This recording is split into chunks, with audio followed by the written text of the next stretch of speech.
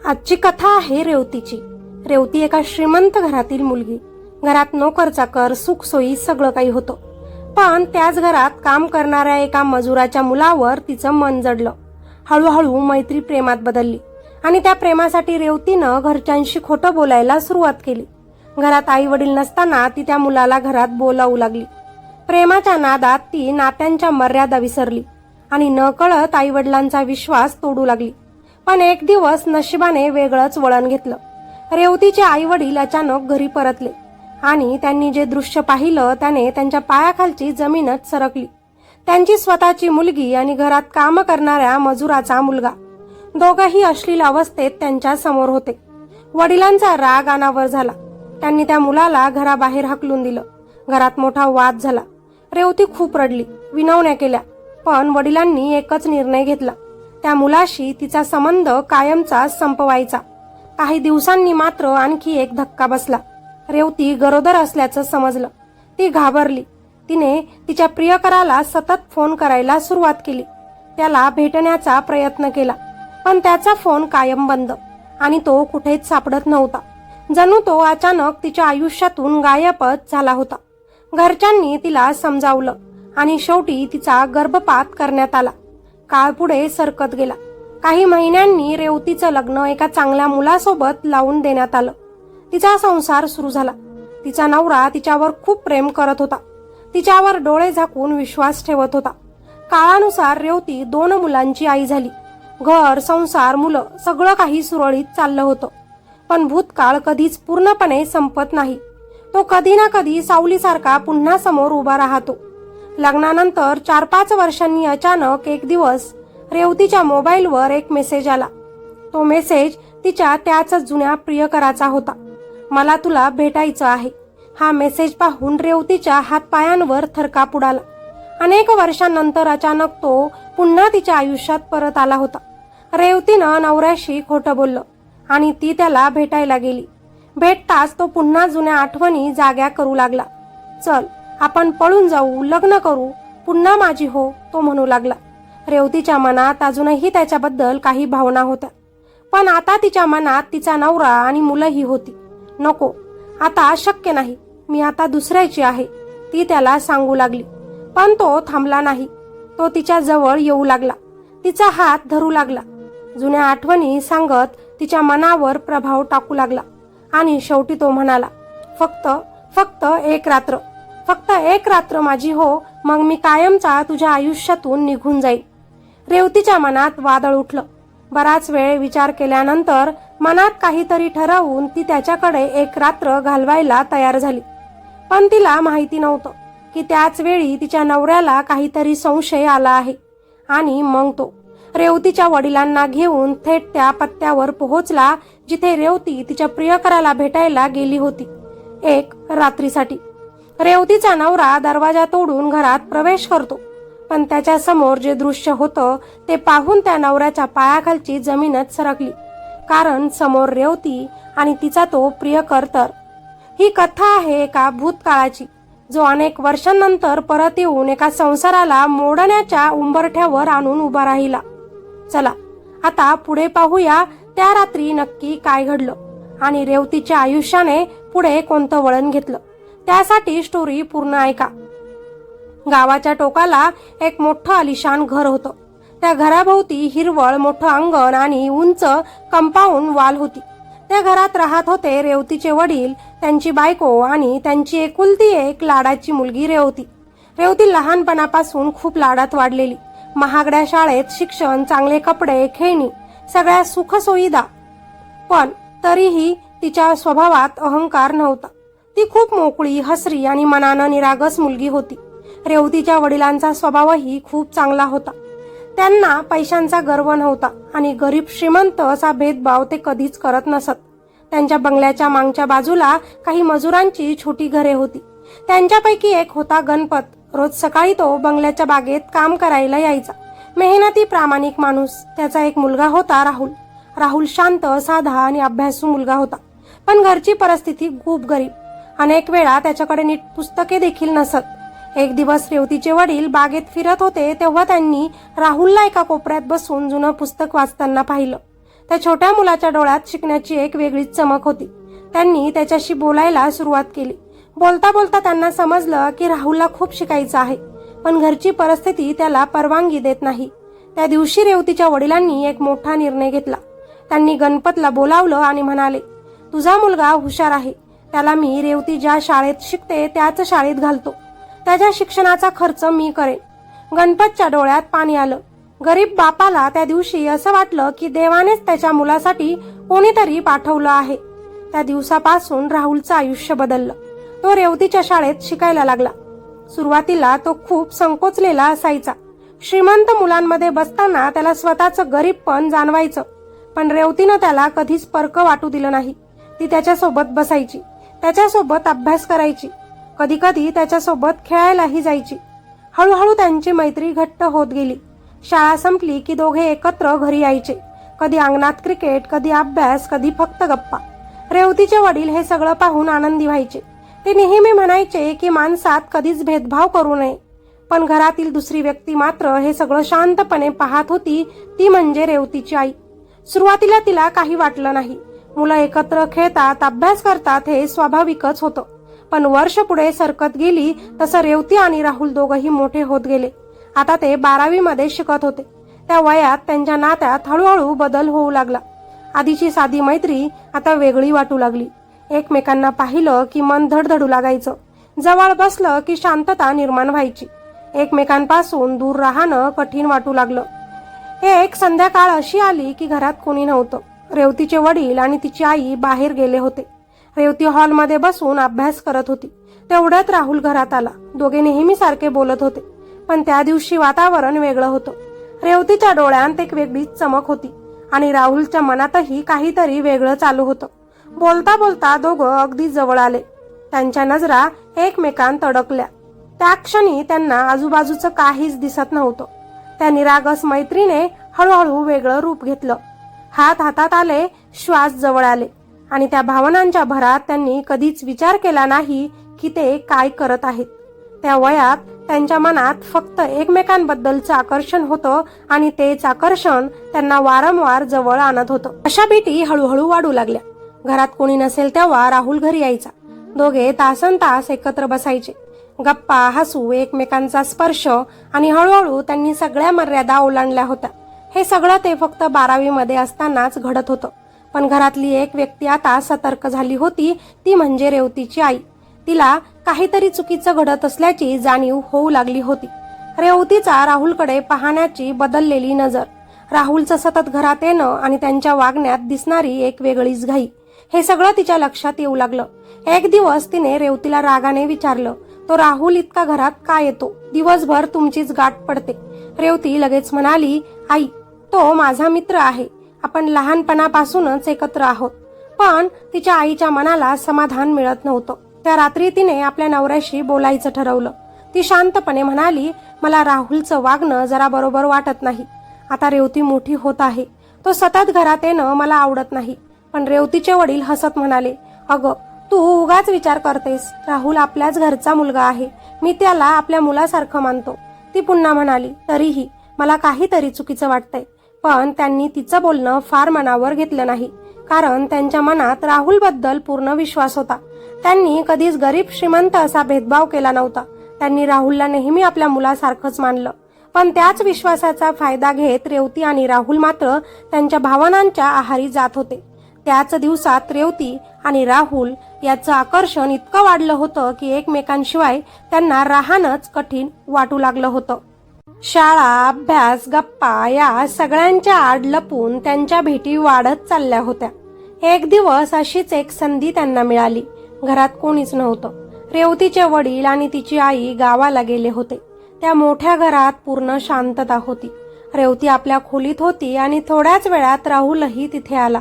दोघे एकमेकांसमोर उभे राहिले तेव्हा त्यांच्या मनात आधी सारखंच तीव्र आकर्षण होतं. बोलता बोलता ते एकमेकांच्या जवळ आले. त्यांच्या नजरा एकमेकांत अडकल्या. त्या क्षणी त्यांना आजूबाजूच्या जगाची काहीच जाणीव उरली नव्हती.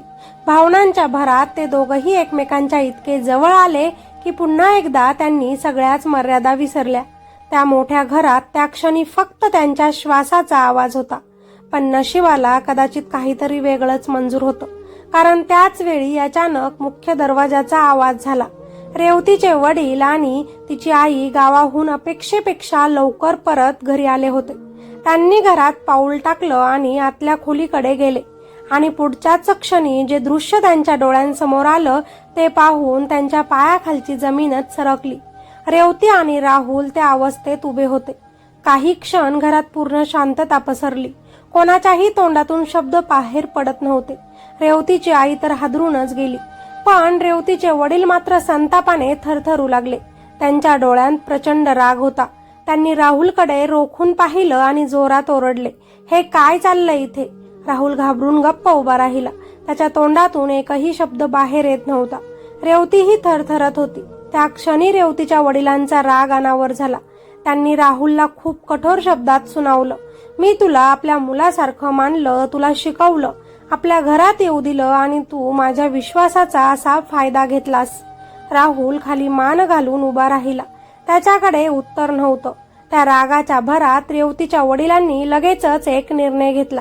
त्यांनी राहुलला घराबाहेर जायला सांगितलं आणि दुसऱ्याच दिवशी त्याच्या वडिलांना कामावरून काढून टाकलं. गणपतसाठीही तो मोठा धक्का होता. त्याला काहीच समजत नव्हतं की अचानक त्याच्यावर ही वेळ का आली. पण रेवतीच्या वडिलांचा निर्णय अंतिम होता. घरात मात्र वेगळीच परिस्थिती होती. रेवती रडत होती, सतत रडत होती. ती आपल्या वडिलांच्या पायाशी बसून म्हणत होती, "बाबा, राहुलला काढून टाकू नका. मी त्याच्यावर प्रेम करते. मला त्याच्याशिवाय राहता येणार नाही." तिच्या डोळ्यांतून अश्रू थांबत नव्हते, पण तिचे वडील कठोरपणे तिला समजावत होते, "रेवती, तू अजून लहान आहेस. तुला काय योग्य आणि काय अयोग्य हे समजत नाही." ती पुन्हा रडत म्हणाली, "मला काहीच फरक पडत नाही. मला फक्त राहुल हवा आहे." तेव्हा तिचे वडील थोड्या शांत आवाजात पण ठामपणे म्हणाले, "आपण श्रीमंत आहोत. आपला समाज वेगळा आहे. आपली जात वेगळी आहे. तो मजुराचा मुलगा आहे. लोक काय म्हणतील? माझी इज्जत जाईल." ते तिला पुन्हा पुन्हा समजावत होते, "तू त्याला विसर. हे सगळं बालपणाचं आकर्षण आहे. पुढे जाऊन तुला कळेल की आयुष्यात काय योग्य आहे." पण रेवती ऐकायला तयार नव्हती. ती फक्त एकच गोष्ट पुन्हा पुन्हा म्हणत होती, "मी राहुलवर प्रेम करते." तरीही तिचे वडील ठाम होते. त्यांनी तिच्याकडे पाहून शांतपणे पण कठोर शब्दात सांगितलं, "तू त्याला विसर. मी तुझ्यासाठी चांगला मुलगा शोधेन. तुझं लग्न योग्य ठिकाणी करेन." पण त्या रात्री घरात कोणीच झोपू शकलं नाही. एका बाजूला वडिलांचा तुटलेला विश्वास होता, दुसऱ्या बाजूला मुलीचं हट्टाने धरलेलं प्रेम आणि तिसऱ्या बाजूला राहुल, ज्याचं आयुष्य एका क्षणात बदलून गेलेलं होतं. त्या घटनेनंतर काही दिवस घरात पूर्ण शांतता पसरलेली होती. रेवती जवळजवळ कोणाशीच बोलत नव्हती. ती दिवसभर आपल्या खोलीत बसून राहायची. तिच्या डोळ्यांत सतत पाणी असायचं. राहुलची आठवण तिच्या मनातून जातच नव्हती. पण बाहेरच्या जगात मात्र वेगळंच काहीतरी सुरू झालं होतं. गावात हळूहळू कुजबूज सुरू झाली. मोठं घर, श्रीमंत कुटुंब आणि मजुराच्या मुलाचं नाव एकत्रच घेतलं जाऊ लागलं. लोक आपापल्या पद्धतीनं चर्चा करू लागले. कोणीतरी काही ऐकलं होतं, कोणीतरी काहीतरी पाहिलं होतं आणि त्या छोट्या गावात अफवा वाऱ्यासारख्या पसरू लागल्या होत्या. ही गोष्ट राहुलच्या वडिलांच्या कानावरही पोहोचली. त्यांना आधीच कामावरून काढून टाकण्यात आलं होतं. आता गावातल्या लोकांच्या नजरा त्यांना टोचू लागल्या. त्यांच्या मनात एकच भीती होती, मुलाचं आणि कुटुंबाचं नाव बदनाम होईल. शेवटी त्यांनी एक कठोर निर्णय घेतला. एक दिवस पहाटेच त्यांनी आपलं छोटंसं घर आवरलं आणि कुटुंबासोबत ते गाव सोडून तिथून निघून गेले. कुणालाही काहीही न सांगता ते कुठे गेले कुणालाही कळलं नाही. इकडे रेवती अजूनही नाराज होती. तिला राहुलशी भेटता येत नव्हतं, त्याच्याशी बोलता येत नव्हतं.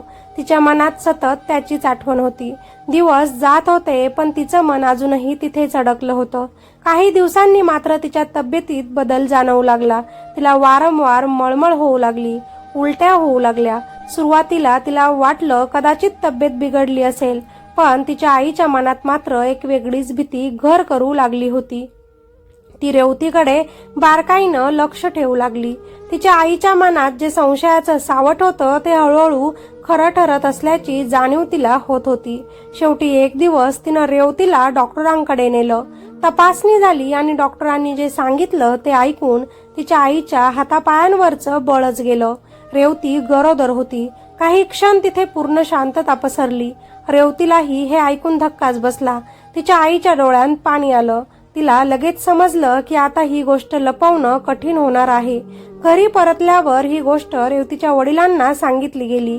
हे ऐकून त्यांनाही मोठा धक्काच बसला. त्यांच्या मनात प्रचंड ताण निर्माण झाला. एकीकडे मुलीचं भविष्य, दुसरीकडे समाजाची भीती आणि तिसरीकडे घराची इज्जत. ते खूप वेळ शांत बसून विचार करत राहिले. शेवटी त्यांच्या मनात एकच पर्याय उरला, रेवती आणि राहुलचं लग्न लावून देणं. मुलीच्या प्रेमासाठी ते हा निर्णय घेण्यास तयार झाले. त्यांनी रेवतीला बोलावलं आणि शांतपणे सांगितलं, जर तू खरंच राहुलवर प्रेम करत असशील तर आपण त्याच्याशी तुझं लग्न लावून देऊ, पण आधी त्याच्याशी संपर्क साध. रेवतीच्या डोळ्यात पुन्हा एक आशेचा किरण दिसला. तिने लगेचच राहुलला फोन लावण्याचा प्रयत्न केला, पण त्याचा फोन बंद येत होता. पुन्हा पुन्हा प्रयत्न करूनही काहीच प्रतिसाद मिळत नव्हता. मग रेवतीचे वडीलही राहुलचा शोध घेऊ लागले.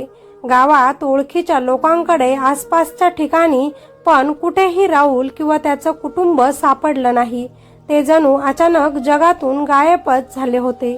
दिवस जात होते आणि रेवतीच्या पोटात वाढणाऱ्या त्या सत्याची वेळ जवळ येत होती. शेवटी रेवतीच्या वडिलांनी पुन्हा एक कठोर निर्णय घेतला. त्यांनी रेवतीला डॉक्टरांकडे नेलं आणि तिचा गर्भपात करून घेतला. तो दिवस रेवतीसाठी खूप वेदनादायक होता.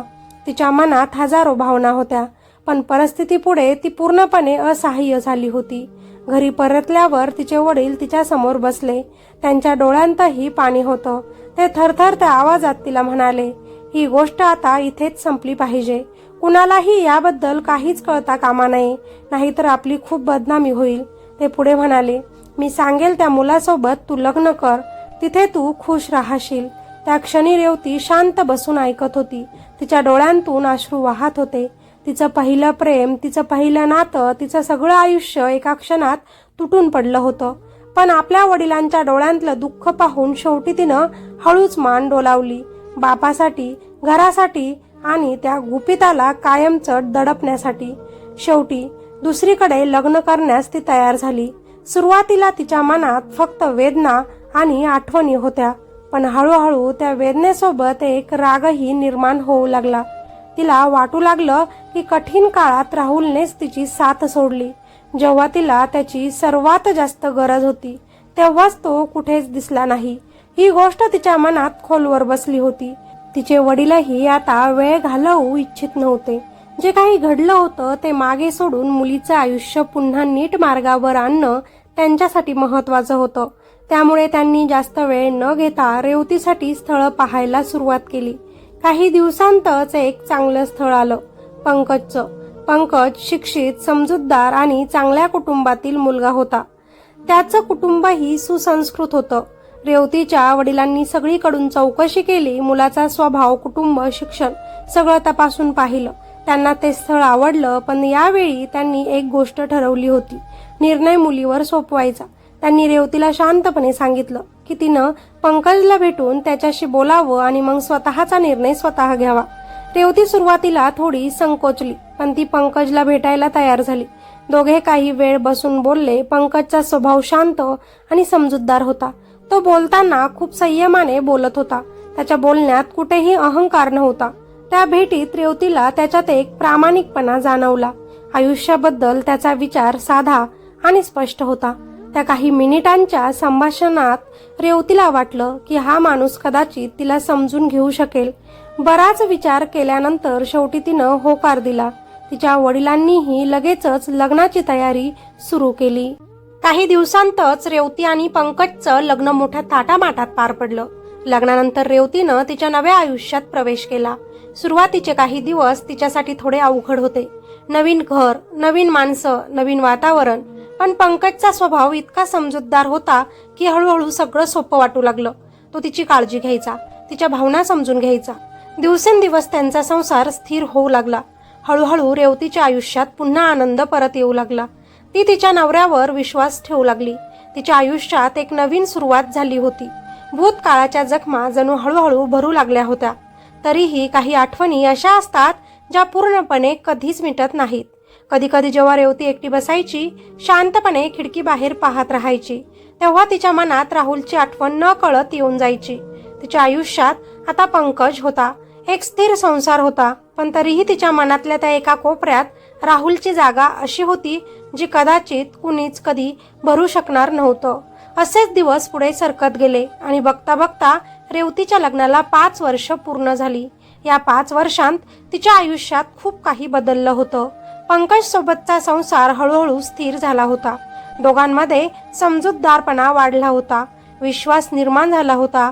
काळ पुढे सरकत असताना त्यांच्या आयुष्यात 2 गोंडस जीवही आले, एक मुलगा आणि एक मुलगी. त्या दोघांच्या येण्यानं घरात आणखी आनंद भरून गेला. छोट्या छोट्या गोष्टींवर हसणं, मुलांच्या खोड्या, त्यांच्या भोवती फिरणारा संसार, सगळं काही जणू पूर्ण झाल्यासारखं वाटत होतं. रेवतीचे आई वडीलही आता निर्धास्त झाले होते. एकेकाळी ज्यासाठी त्यांनी रात्रभर झोप गमावली होती, ज्याची चिंता त्यांच्या मनाला खात होती, ती मुलगी आता सुखात आहे हे पाहून त्यांना समाधान वाटत होतं.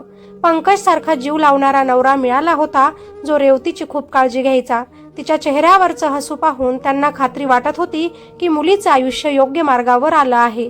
सर्वात महत्त्वाची गोष्ट म्हणजे रेवतीच्या भूतकाळाबद्दल कुणाला काहीच माहिती नव्हतं. त्या जुन्या घटनेचं गुपित फक्त तिच्या आईवडिलांपर्यंतच मर्यादित होतं. त्यामुळे घरात, नात्यात आणि समाजात सगळं काही सुरळीत चाललं होतं. पण आयुष्य कधी कधी अशा वळणावर आणून उभं करतं जिथे माणूस पुन्हा भूतकाळासमोर उभा राहतो. एके रात्री असंच झालं. रात्रीचं जेवण आटोपलं होतं. घरात सगळीकडे शांतता होती. पंकज दिवसभराच्या थकव्यामुळे गाढ झोपला होता. मुलंही त्यांच्या बापाला बिलगून निरागसपणे झोपली होती. रेवती मात्र सवयीप्रमाणे मोबाईल हातात घेऊन शांतपणे सोशल मीडियावर काहीतरी पाहत बसली होती. अचानक तिच्या मोबाईलवर एक मेसेजचा आवाज झाला. स्क्रीनवर एका अनोळखी नंबरवरून आलेला मेसेज दिसत होता. सुरुवातीला तिनं फारसं लक्ष दिलं नाही, पण उत्सुकतेपोटी तिनं तो मेसेज उघडला आणि पुढच्या क्षणी तिच्या चेहऱ्यावरचा रंगच उडाला. तिच्या हातातला मोबाईल थरथरू लागला, कारण त्या मेसेजमध्ये लिहिलेलं नाव तिच्यासाठी अनोळखी नव्हतं. उलट ते नाव तिच्या आयुष्याच्या त्या अध्यायाशी जोडलेलं होतं, जो तिनं कायमचा संपला असं समजलं होतं. 5 वर्षानंतर तिच्या जुन्या प्रियकराचा म्हणजेच राहुलचा तो मेसेज होता. मेसेजमध्ये फक्त काही शब्द होते की मी पुन्हा आलोय आणि मला तुला भेटायचं आहे. हे शब्द वाचताच रेवतीच्या मनात जणू भूकंपच झाला. तिच्या डोळ्यांसमोर भूतकाळातील सगळ्या आठवणी झरझर फिरू लागल्या. त्या जुन्या भावना, ते दिवस, त्या चुका, सगळं काही पुन्हा जिवंत झालं होतं. ती क्षणभर काहीच बोलू शकली नाही. तिच्या शेजारी पंकज शांतपणे झोपला होता, ज्याने तिला आयुष्य दिलं, जो तिच्यावर मनापासून प्रेम करत होता. त्याच्या छातीला बिलगून त्यांची 2 लहान मुलं निरागसपणे झोपली होती. त्या शांत दृश्याकडे पाहताना रेवतीचं मन अधिकच अस्वस्थ होत होतं. एकीकडे तो नवरा होता ज्यानं तिला सन्मानाने स्वीकारलं, तिच्यावर प्रेम केलं आणि तिच्यासोबत संसार उभा केला, आणि दुसरीकडे तो प्रियकर ज्याच्यावर ती कधी काळी जीवापाड प्रेम करत होती, ज्याच्यासाठी तिनं सगळ्या मर्यादा ओलांडल्या होत्या. त्या रात्री रेवतीला झोपच लागली नाही. राहुलचा मेसेज वाचल्यापासून तिच्या मनात असंख्य प्रश्न निर्माण झाले होते. एक मन तिला सांगत होतं की त्याला आता भेटायचंच नाही, नवऱ्याला धोका द्यायचा नाही. पंकजनं तिला मनापासून स्वीकारलं होतं, तिच्यावर प्रेम केलं होतं, तिच्यासोबत संसार उभा केला होता. त्याच्या विश्वासाला तडा जाऊ देणं तिला योग्य वाटत नव्हतं. पण दुसरं मन तिला सतत भूतकाळाकडे ओढत होतं. राहून राहून तिला राहुलला भेटावंसं वाटत होतं. तिच्या मनात अनेक प्रश्न जळत होते. तो अचानक का गायब झाला होता? तिला एकटीला का सोडून गेला होता? त्या काळात तिच्यासोबत काय काय झालं हे त्याला माहिती तरी आहे का? तिचे बाबा तर त्यांच्या लग्नाला तयार होते, पण तोच तिथून निघून गेला होता. म्हणूनच तिचं आयुष्य दुसऱ्या वळणावर गेलं. हे सगळं तिला त्याच्या तोंडून ऐकायचं होतं. त्या प्रश्नांची उत्तरं मिळवायची होती. शेवटी बराच विचार करून रेवतीनं त्याला एकदा भेटण्याचा निर्णय घेतला. एक दिवस तिने पंकज समोर एक छोटंसं खोटं बोललं. काही काम आहे असं सांगून ती घराबाहेर पडली. तिच्या मनात प्रचंड घालमेल सुरू होती. पाय पुढे चालत होते, पण मनात भीती आणि अस्वस्थता होती. राहुलने सांगितलेल्या ठिकाणी ती पोहोचली तेव्हा तो आधीपासूनच तिची वाट पाहत तिथं उभा होता. 5 वर्षानंतर ते दोघंही समोरासमोर उभे होते. रेवतीला पाहताच राहुलच्या डोळ्यांत एक वेगळीच चमक आली. पुढच्या क्षणी तो तिच्या जवळ आला आणि अचानक तिला त्यानं मिठी मारली. त्या अनपेक्षित स्पर्शानं रेवती काही क्षण स्तब्ध झाली. तिला काय होत आहे तेच समजेनासं झालं. जणू भूतकाळाचा एखादा क्षण पुन्हा जिवंत झाला होता.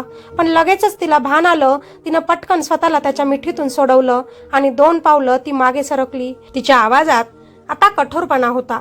का बोलवलंस मला? ती थेट त्याला विचारू लागली. राहुल काही क्षण शांत राहिला. मग हळूहळू बोलू लागला. तेव्हा मी एका मजुराचा मुलगा होतो. तुझ्या बापाच्या शेतात काम करणाऱ्या माणसाचा मुलगा. माझ्याकडे काहीच नव्हतं. पण आज परिस्थिती बदलली आहे. मी शिक्षण पूर्ण केलं. स्वतःच्या पायावर उभा राहिलो. हे सगळं फक्त तुझ्यासाठीच केलं. कारण मी तुला कधीच विसरलो नाही. आजही मी तुझ्यावर तितकंच प्रेम करतो. त्याचा आवाज भावनिक झाला होता. तो पुढे म्हणाला, मी परत गावात गेलो होतो. पण तिथं समजलं की तुझं लग्न झालं आहे. म्हणून मी तुला शोधत इथे आलो. तू पुढे गेलीस पण मी नाही जाऊ शकलो. मला तू हवी आहेस रेवती. तुझं प्रेम हवं आहे. आपले ते जुने दिवस पुन्हा मला हवे आहेत. त्याचे शब्द ऐकून रेवतीच्या अंगावर शहारे आले. तिला विश्वास बसत नव्हता की राहुल अजूनही असं बोलत आहे. तिने शांत पण ठाम आवाजात उत्तर दिलं, राहुल, माझं लग्न झालं आहे. माझा नवरा आहे. मला 2 मुलं आहेत. मी आता तुझ्याशिवाय जगायला शिकले आहे. माझं आयुष्य वेगळ्या मार्गावर गेलं आहे. मी माझ्या नवऱ्याला आणि मुलांना धोका देऊ शकत नाही. मला माफ कर आणि तूही तुझ्या आयुष्यात आता पुढे जा. पण राहुल तिचं काहीच ऐकायला तयार नव्हता. त्याच्या डोळ्यांत हट्ट दिसत होता. तो पुन्हा तिच्या जवळ येऊ लागला. तिचा हात पकडण्याचा, तिला स्पर्श करण्याचा तो प्रयत्न करू लागला. रेवतीनं त्याला थांबवण्याचा प्रयत्न केला. पण राहुल हट्टाने तिच्या जवळ येत होता. तिला कसं खुश करायचं, तिला कसं आपल्याकडे वळवायचं हे त्याला चांगलंच माहिती होतं. तिच्या आवडीनिवडी, तिच्या भावना सगळं त्याला माहिती होतं. त्या जुन्या आठवणींचा आधार घेऊन तो पुन्हा तिच्या जवळ येण्याचा प्रयत्न करत होता. शेवटी कसाबसा त्या भेटीचा शेवट झाला आणि रेवती आपल्या घरी परतली. पण तिचं मन अजूनही शांत नव्हतं. त्या रात्री ती पुन्हा एकदा जागीच पडून होती. डोळ्यांत झोप नव्हती. तिच्या डोक्यात दिवसभराचं सगळं दृश्य फिरत होतं. तिच्या शेजारी पंकज शांत झोपला होता. त्याच्या चेहऱ्यावर पूर्ण विश्वास दिसत होता. जणू त्याला खात्री होती की त्याची बायको त्याच्यावर कधीच विश्वासघात करणार नाही. त्याच्या छातीला बिलगून त्यांची 2 लहान मुलं निरागसपणे झोपली होती. ते दृश्य पाहून रेवतीचं मन अधिकच भरून आलं. ती फक्त शांतपणे त्यांच्याकडे पाहतच राहिली. दुसऱ्या दिवसापासून राहुलचा त्रास खऱ्या अर्थाने तिला सुरू झाला. सकाळपासून रात्रीपर्यंत तो रेवतीला फोन आणि मेसेजेस करत राहायचा. कधी प्रेमाने बोलायचा, कधी तिला विनवण्या करायचा, तर कधी कधी थेट धमक्या द्यायचा. मला भेट, नाही तर तुझ्या नवऱ्याला सगळं सांगीन. आपण पुन्हा एक होऊ शकतो असे मेसेजेस तो सतत पाठवत होता. रेवती हे सगळं पंकजपासून लपवत होती. कारण तिला माहिती होतं की ही गोष्ट बाहेर आली तर तिचा संसार एका क्षणात उद्ध्वस्त होऊ शकतो. राहुल तिला वारंवार भेटायला बोलवायचा. कधी प्रेमाच्या शपथा घ्यायचा, तर कधी तिच्या मनात भीती निर्माण करायचा. त्यामुळे रेवती प्रचंड घाबरली होती. काय करावं, कुणाला सांगावं, काहीच तिला समजत नव्हतं. शेवटी एक दिवस तिनं ही गोष्ट आपल्या आई वडिलांना सांगितली. तिचे आई वडील हे ऐकून हादरले. त्यांनी तिला शांतपणे समजावलं, त्याच्यापासून आता दूर राहा. त्याचा संपर्क पूर्ण तोड. तुझा संसार उद्ध्वस्त होऊ देऊ नकोस. आई वडिलांच्या शब्दांमुळे रेवतीनं ठरवलं की आता राहुल पासून दूरच राहायचं. तिनं त्याचे फोन उचलणं बंद केलं. त्याचे मेसेजही वाचणं टाळू लागली. पण पंकजला मात्र तिच्या वागण्यातला बदल जाणवू लागला. ती आधीसारखी हसत नव्हती. तिच्या चेहऱ्यावर सतत चिंता दिसायची. पंकज तिला वारंवार विचारायचा, काही झालं आहे का? पण संसार तुटेल या भीतीनं रेवती प्रत्येक वेळी शांत राहायची. दुसरीकडे राहुलचा हट्ट मात्र वाढतच होता. तो सतत मेसेज करायचा. कधी कधी घरात कोणी नसताना तो थेट तिच्या घरीही यायचा. तिला भेटण्याचा प्रयत्न करायचा. तिच्या जवळ जाण्याचा, तिला मिठीत घेण्याचा प्रयत्न करायचा. जुन्या आठवणींनी तिला भावूक करण्याचा प्रयत्न करायचा. आपले ते दिवस आठव, तू मला किती प्रेम करायचीस असं तो वारंवार सांगायचा. रेवतीच्या मनातही कधी काळी त्याच्याबद्दल खूप प्रेम होतं. त्यामुळे न कळत कधी कधी तिचं मन त्याच्याकडे ओढलं जायचं. पण जेव्हाही तो तिच्या खूप जवळ यायचा तेव्हा तिला पंकजची आठवण व्हायची. तो नवरा जो तिच्यावर डोळे झाकून विश्वास ठेवत होता. त्या विचारानेच ती पटकन राहुल पासून दूर व्हायची. असेच काही महिने गेले. पण राहुल आता आणखी हट्टी झाला होता. तो तिला म्हणू लागला, आपण दोघं पळून जाऊ आणि लग्न करू. रेवती मात्र ठामपणे नकार द्यायची. मी असं करू शकत नाही. माझा नवरा आहे, मुलं आहेत, असं ती त्याला सांगायची. तेव्हा राहुलचा स्वभाव आणखी भयानक होत गेला. तो आता तिला सरळ ब्लॅकमेल करू लागला. तुझं लग्न झालं, तुला 2 मुलं झाली, तरीही तू माझ्याशी संपर्कात आहेस, माझ्या जवळ येतेस, हे सगळं मी तुझ्या नवऱ्याला दाखवेल, आपल्या जुन्या गोष्टीही सांगेल, तेव्हा तुला शेवटी माझ्याकडेच यावं लागेल, अशी धमकी तो देऊ लागला. तो आणखी म्हणायचा, आता मी गरीब नाही, खूप पैसा कमावला आहे, आज तुझे वडीलही तुझं लग्न माझ्यासोबत करतील. या सगळ्यांमुळे रेवती प्रचंड तणावात आली होती. दिवसेंदिवस तिचं मन घाबरून जात होतं. शेवटी ती एक दिवस माहेरी गेली आणि वडिलांसमोर सगळं उघडपणे सांगितलं. हे ऐकून तिचे वडीलही घाबरले. मुलीचा संसार वाचवणं आता त्यांच्यासाठी सर्वात मोठी जबाबदारी झाली होती. ते स्वतः राहुलला भेटायला गेले. त्यांनी त्याला शांतपणे समजावून सांगण्याचा प्रयत्न केला. मुलीचा संसार उद्ध्वस्त करू नकोस, तिला विसर आणि तुझ्या आयुष्यात पुढे जा, असं त्यांनी विनवलं. पण राहुल ऐकायलाच तयार नव्हता. उलट त्याने अत्यंत घाणेरडी मागणी केली. तो म्हणाला, तुमच्या मुलीला माझ्यासोबत एक रात्र राहू द्या, मग मी तिचा पिछा सोडेल. हे शब्द ऐकताच रेवतीच्या वडिलांच्या डोळ्यांसमोर अंधार आला. संतापाच्या भरात त्यांनी राहुलला जोरात मारलं. बरं झालं, माझ्या मुलीचं लग्न तुझ्यासारख्या नालायक मुलासोबत केलं नाही, ते रागाने म्हणाले. माझा जावई तुझ्यापेक्षा लाख पटीनं चांगला आहे. पण तरीही राहुल हट्ट सोडायला तयार नव्हता. तो रागाने म्हणाला, तुम्ही मला शिकवलं, मदत केली, पण तुमच्या मुलीसोबत मला पाहिलं तेव्हा मारून घराबाहेर काढलं. आता बघा, तिचं आयुष्य उद्ध्वस्त करतो, तुमचं नाव बदनाम करतो, गावात तुमची इज्जत राहणार नाही. आज माझ्याकडे इतका पैसा आहे की मी सगळं करू शकतो आणि त्यासाठीच मी इतकी वर्ष गायब झालो होतो. राहुलचे शब्द ऐकून रेवतीच्या वडिलांच्याही मनात भीती निर्माण झाली. मुलीचा संसार, समाजातील प्रतिष्ठा, सगळं काही एका धाग्यावर अडकून बसलं होतं. आता पुढे काय होणार हा प्रश्न त्यांनाही सतावत होता. राहुलला भेटून परत आल्यानंतर रेवतीच्या वडिलांनी घरी येऊन त्याची अट सांगितली. त्यांनी जड आवाजात सांगितलं की तो म्हणतो, जर रेवतीनं त्याच्यासोबत एक रात्र घालवली तर तो तिचा कायमचा पिछा सोडेल. हे ऐकताच घरात जणू शांततेचा स्फोट झाला. रेवतीची आई क्षणभर स्तब्धच झाली. तिच्या पायाखालची जमीनच सरकली. तिला विश्वासच बसत नव्हता की एखादा मुलगा इतक्या खालच्या पातळीवर जाऊ शकतो.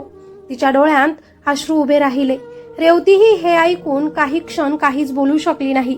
मग अचानक तिच्या डोळ्यांतून अश्रू वाहू लागले. ती आई वडिलांसमोर हात जोडून उभी राहिली. थरथरणाऱ्या आवाजात ती म्हणाली की आई बाबा, माझी चूक झाली होती. त्या वयात मी विचार न करता वागले, म्हणूनच आज हे सगळं माझ्यासोबत घडत आहे. मीच या गोष्टीला जबाबदार आहे. ती पुढे म्हणाली, पण मी पंकजला धोका देऊ शकत नाही. मी राहुलकडे एक रात्र तर दूरच, एक तासासाठी सुद्धा जाऊ शकत नाही. कधी काळी माझ्या मनात त्याच्यासाठी प्रेम होतं, पण आज त्याचं हे वागणं आणि बोलणं पाहिल्यावर माझ्या मनात त्याच्याबद्दल काहीच उरलेलं नाही. तिचा आवाज अधिकच भावूक झाला. उलट या दिवसात मला पंकजची किंमत समजली आहे. माझ्या मनात त्याच्याबद्दल खूप आदर आणि प्रेम निर्माण झालं आहे. नवरा असूनही त्यानं कधी माझ्यावर संशय घेतला नाही, कधी मला रोकटोक केली नाही. त्याला राहुलबद्दल काहीच माहिती नाही, तरीही त्यानं माझ्यावर विश्वास ठेवला. मी कुठे जाते, कुणाला भेटते हेही कधी विचारलं नाही. रेवती रडत म्हणाली, आता मी त्याला कधीच धोका देणार नाही. काही क्षण शांतता पसरली. मग रेवतीनं वडिलांकडे पाहत विनंती केली, बाबा, मला सगळं खरं पंकजला सांगू द्या. तो माझा नवरा आहे, त्याला सत्य कळायला हवं. पण तिचे वडील लगेचच घाबरले. त्यांनी डोकं हलवत म्हणाले की नको, असं करू नकोस. ही गोष्ट बाहेर आली तर तुझा संसार तुटेल, पंकजचा विश्वास तुटेल. तू शांत राहा. त्यांच्या आवाजात भीती स्पष्ट जाणवत होती. रेवती पुन्हा एकदा गोंधळली. तिच्या डोक्यात हजारो विचार सुरू झाले. ती शांत बसून राहिली, पण मनात एकच प्रश्न घुमत होता, फक्त एक रात्र. जर मी त्याच्यासोबत राहिले तर खरंच तो मला कायमचं सोडून देईल का? माझ्या आयुष्यातून कायमचा निघून जाईल का? बराच वेळ ती त्या विचारांमध्ये हरवून गेली. शेवटी खूप संघर्षांनंतर तिनं एक निर्णय घेतला. एक असा निर्णय ज्यानं तिचं मन आतून तुटून गेलं. मुलांचा, नवऱ्याचा आणि आईवडिलांचा संसार वाचवण्यासाठी ती स्वतःचा त्याग करायला तयार झाली. फक्त एक रात्र ती स्वतःशीच पुटपुटली. त्या रात्री तिनं वही काढली आणि त्यात काहीतरी लिहू लागली. तिचे हात थरथरत होते. प्रत्येक शब्द लिहिताना तिच्या डोळ्यांतून अश्रू गळत होते. त्या निर्णयाबद्दल तिचे आई वडीलही जाणून होते. ते दोघंही आतून पूर्णपणे खचले होते. पण मुलीचा संसार वाचवण्यासाठी त्यांच्यासमोर दुसरा पर्याय दिसत नव्हता. ती रात्र आली. त्या रात्री रेवती घरात नव्हती. पंकजला सुरुवातीला वाटलं की ती कुठल्या कामासाठी बाहेर गेली असेल. पण वेळ जाऊ लागली आणि तो अस्वस्थ होऊ लागला. तो तिला फोन करू लागला पण फोन लागेना. मग तो तिला शोधायला बाहेरही गेला. तरीही रेवती कुठेच सापडत नव्हती. घरी परत आल्यानंतर मुलं त्याच्या जवळ आली. पप्पा पप्पा मम्मा कुठे गेली, त्यांनी निरागसपणे विचारलं. पंकजनं स्वतःला सावरत उत्तर दिलं की मम्मा काहीतरी महत्वाच्या कामासाठी बाहेर गेली आहे. ती म्हणाली होती की उशीर होईल. मुलं पुन्हा खेळायला लागली. पंकजनं पाहिलं की रेवतीनं आधीच स्वयंपाक करून ठेवला होता. सगळं नीट लावून ठेवलं होतं. पण तरीही त्याच्या मनात एक विचित्र अस्वस्थता निर्माण झाली होती. त्याला काहीतरी गडबड असल्याचं जाणवत होतं. तेवढ्यातच त्याची नजर टेबलावर ठेवलेल्या एका वहीवर पडली. ती वही रेवतीची होती. उत्सुकतेपोटी त्यानं ती उघडली. पुढच्या क्षणी त्याच्या नजरेसमोर काही ओळी आल्या आणि त्या वाचताच त्याच्या चेहऱ्यावरचा रंग उडाला. त्याला जबरदस्त धक्काच बसला. त्या वहीत काहीच मोठं पत्र नव्हतं. फक्त काही ओळी लिहिलेल्या होत्या. पण त्या ओळींमध्ये रेवतीच्या मनातला संपूर्ण संघर्ष दिसत होता. भूतकाळाची सावली वर्तमानावर पडू देणार नाही. हसता खेळता माझा संसार उद्ध्वस्त होऊ देणार नाही. जर असं होणार असेल तर रावणाला संपवेन. स्वतःला त्याला कधीच सोपवणार नाही. सीता फक्त रामाची असते. एक रात्र काय, एक दिवस, एक सेकंदही ती दुसऱ्याची होणार नाही. रावणाला संपवून मला जेलमध्ये बसावं लागलं तरीही चालेल. आज सगळंच संपवणार, तेही कायमचंच. या ओळी वाचताच पंकजच्या हातातून वही जवळजवळ खाली पडली. त्याच्या अंगावर शहारे आले. काही क्षण तो स्तब्ध बसून राहिला. रेवतीच्या मनात किती मोठं वादळ सुरू आहे याची त्याला आता जाणीव झाली होती. त्या शब्दांमध्ये एक भीती होती, एक वेदना होती आणि एक भयानक निर्णय देखील लपलेला होता. रावणाला संपवेन हे शब्द त्याच्या डोक्यात सतत घुमत होते. त्याला अचानक प्रचंड भीती वाटू लागली. जर रेवतीनं खरोखर काही टोकाचं पाऊल उचललं तर, तिचा जीव धोक्यात असेल तर. एक क्षणही न घालवता पंकज उठला. त्याने आपल्या दोन्ही मुलांना जवळ घेतलं आणि थेट गाडी काढून रेवतीच्या माहेरी निघाला. रात्रीची वेळ होती. रस्त्यावर शांतता होती. पण पंकजच्या मनात प्रचंड घालमेल सुरू होती. थोड्याच वेळात तो रेवतीच्या माहेरी पोहोचला. दरवाजा उघडताच रेवतीचे आई वडील त्याला पाहून घाबरले. पंकजचा चेहरा पाहूनच त्यांना काहीतरी बिनसलं आहे हे समजलं. पंकजने थेट त्यांच्या समोर वही ठेवली. त्याचा आवाज थरथरत होता. मामा, मला काहीतरी सांगा. रेवती खूप मोठ्या अडचणीत आहे ना? तिचा जीव धोक्यात आहे का? मला सत्य सांगा. काय खरं आहे, काय खोटं आहे ते मला कळायलाच हवं. मी तुम्हाला विनंती करतो. रेवतीच्या आईवडिलांनी त्या वहीतील त्या ओळी पाहिल्या आणि त्यांच्या चेहऱ्यावर भीती स्पष्ट दिसू लागली. त्यांनी एकमेकांकडे पाहिलं. आता सत्य लपवणं अशक्य होतं. काही क्षण शांतता होती आणि मग रेवतीच्या वडिलांनी थरथरत्या आवाजात सगळं सांगायला सुरुवात केली. राहुल, त्याचं परत येणं, त्याचा त्रास, त्याचं ब्लॅकमेल करणं आणि शेवटी त्यानं ठेवलेली ती घाणेरडी अट, सगळं काही. पंकज शांतपणे ऐकत होता. प्रत्येक शब्द त्याच्या मनावर घाव घालत होता. त्याच्या डोळ्यांसमोर रेवतीचा संघर्ष उभा राहिला. हे सगळं सांगून झाल्यावर रेवतीचे वडील अचानक त्याच्या पायाशी बसले. त्यांचे डोळे पाण्यानं भरले होते. मला माफ करा जावई बापू. माझ्या मुलीला माफ करा. आम्ही मोठी चुकी केली. आम्ही तुम्हाला सत्य आधी सांगितलं नाही. घरात काही क्षण पूर्णपणे शांतता पसरली. पंकज काही वेळ काहीच बोलला नाही. तो फक्त खाली पाहत बसला होता. मग अचानकच तो उठला. त्याच्या डोळ्यात आता भीती नव्हती. एक ठाम निर्णय होता. आता रडण्याची वेळ नाही. तो ठाम आवाजात म्हणाला, रेवतीला वाचवावं लागेल.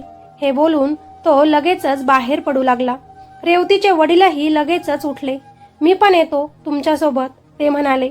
पंकजनं त्यांच्याकडे पाहत विचारलं, राहुलचा नंबर किंवा त्याचा काही पत्ता, काही माहिती आहे का? रेवतीच्या वडिलांनी थरथरत्या हातानं एक पत्ता सांगितला. क्षणाचाही विलंब न करता दोघंही घराबाहेर पडले. रात्रीच्या अंधारात गाडी वेगाने त्या पत्त्याकडे निघाली. कारण त्या क्षणी त्यांच्या मनात फक्त एकच विचार होता, रेवतीला काही होण्याआधी तिला वाचवायलाच हवं. तिकडे रेवती राहुलच्या फ्लॅटवर पोहोचली होती. तिचं हृदय जोरात धडधडत होतं.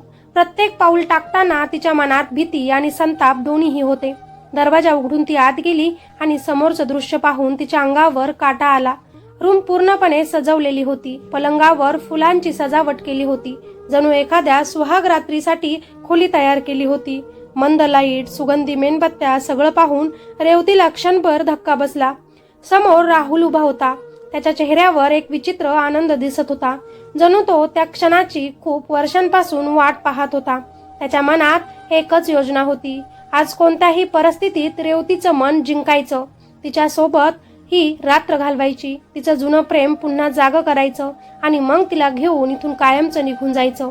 पण रेवतीच्या मनात मात्र वेगळाच विचार चालू होता. ती आतून खूप तुटली होती आणि तिच्या डोक्यात एकच विचार घुमत होता की हा अध्याय आज इथे कायमचाच संपवायचा. राहुल तिच्याकडे हसत हसत पुढे आला.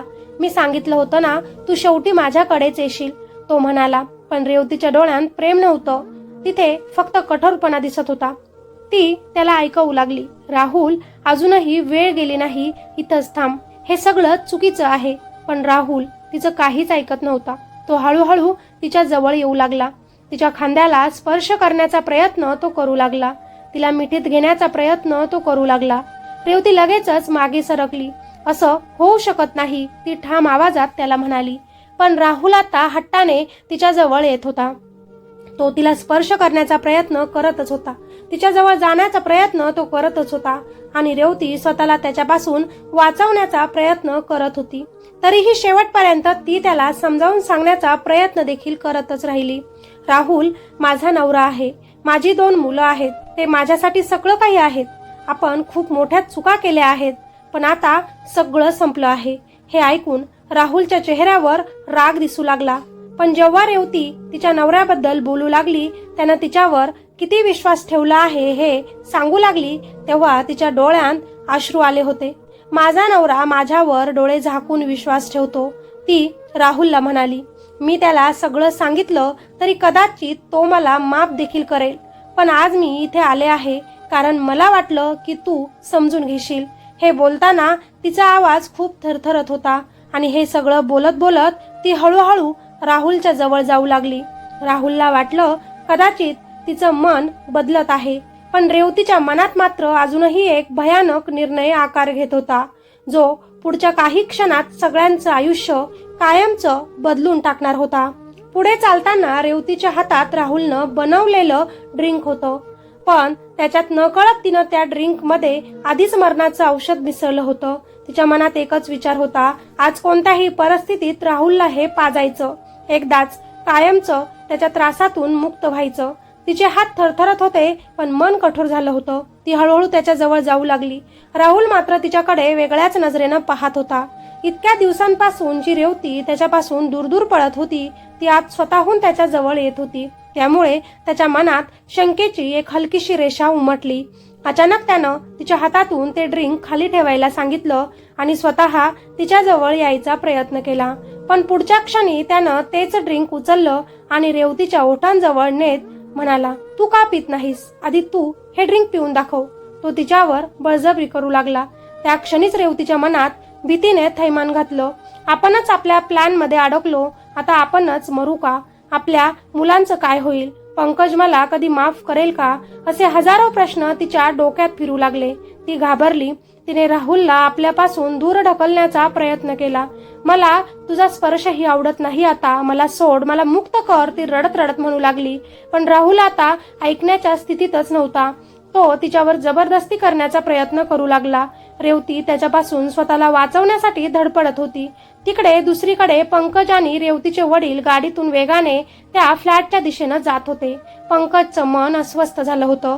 प्रत्येक क्षण त्याला रेवतीसाठी भीती वाटत होती. कसाबसा रस्ता पार करून ते दिलेल्या पत्त्यावर पोहोचले. पंकजने लगेचच दरवाजाची बेल वाजवायला सुरुवात केली. एकदा, दोनदा, तीनदा, पण आतून काहीच प्रतिसाद येत नव्हता. आता पंकजची भीती आणखीन वाढली. शेवटी नाईलाजानं त्यानं जोरात लाथ मारून दरवाजा तोडला. दरवाजा उघडताच आतलं दृश्य पाहून त्याच्या अंगात संतापाची जणू स्फोट झाला. राहुल जणू एखाद्या राक्षसासारखा वागत होता. रेवती स्वतःला त्याच्यापासून वाचवण्याचा प्रयत्न करत होती. तिच्या होठांतून रक्त येत होतं. ती नको नको म्हणत त्याला दूर ढकलत होती. हे दृश्य पाहताच पंकजचा राग अनावर झाला. तो क्षणाचाही विचार न करता पुढे धावला आणि राहुलला जोरात ढकलून रेवतीपासून दूर फेकलं. रेवती लगेचच उठून आपल्या वडिलांच्या गळ्यात पडली आणि जोरजोरात रडू लागली. पंकज मात्र त्या क्षणी संतापाने पेटला होता. त्याने राहुलला पकडून जबरदस्त मारायला सुरुवात केली. राहुल ओरडत म्हणत होता, तुला काहीच माहिती नाही, तुझी बायको तुला धोका देत आहे. पण पंकजनं त्याच्याकडे रोखून पाहत ठाम आवाजातच त्याला सांगितलं, माझ्या बायकोवर माझा पूर्णपणे विश्वास आहे. तू काही सांगायची गरज नाही. काही वेळातच पोलीस तिथे पोहोचले. अत्याचार करण्याचा प्रयत्न आणि ब्लॅकमेलिंगच्या गुन्ह्यात त्यांनी राहुलला ताबडतोब अटक केली. सगळं काही संपलं, पण रेवती मात्र पंकजच्या डोळ्यात डोळे घालून पाहू शकत नव्हती. ती खाली मान घालून रडतच उभी होती. रेवतीचे वडील तिला आणि पंकजला घेऊन घरी आले, पण पंकज अजूनही शांत होता. तो रेवतीशी काहीच बोलत नव्हता. कदाचित त्याच्या मनात खूप प्रश्न होते. त्याला वाटत होतं की त्याच्यापासून रेवतीचा भूतकाळ लपवला गेला, किंवा तिने इतका मोठा त्रास सहन करताना त्याला काहीच सांगितलं नाही. त्या शांततेमध्ये त्याचा राग, त्याच्या वेदना आणि संभ्रम सगळं काही लपलेलं होतं. काही वेळानंतर तो उठला आणि निघायला लागला. दरवाजाजवळ थांबून त्यानं रेवतीच्या वडिलांकडे पाहत शांतपणे सांगितलं, रेवतीला सध्या तुमची जास्त गरज आहे. काही दिवस ती इथेच राहू द्या, आराम करू द्या. तोपर्यंत मुलांची काळजी मी घेतो. एवढंच बोलून तो तिथून निघून गेला. रेवती मात्र फुटून रडत होती. बाबा, माझा संसार मोडेल का? पंकज मला माफ करेल का? ती रडत रडत विचारत होती. तेव्हा तिचे वडील तिला समजावत म्हणाले, तो तुला आधीच माफ करून बसला आहे, म्हणूनच तर तो तुला वाचवायला तिथे आला. काळजी करू नको, तो तुला नक्की माफ करेल आणि लवकरच घरी घेऊन जाईल. तिकडे मात्र पंकजच्या मनात अनेक विचार सुरू होते. विश्वास, वेदना, फसवणूक, प्रेम सगळं काही एकत्र मिसळलं होतं. पण शेवटी त्यानं एक निर्णय घेतला. त्यांच्या या संसाराला अजून एक संधी द्यायची. आपल्या बायकोला एक संधी द्यायची. कारण कधी कधी नातं वाचवण्यासाठी रागापेक्षा प्रेम मोठं ठरतं.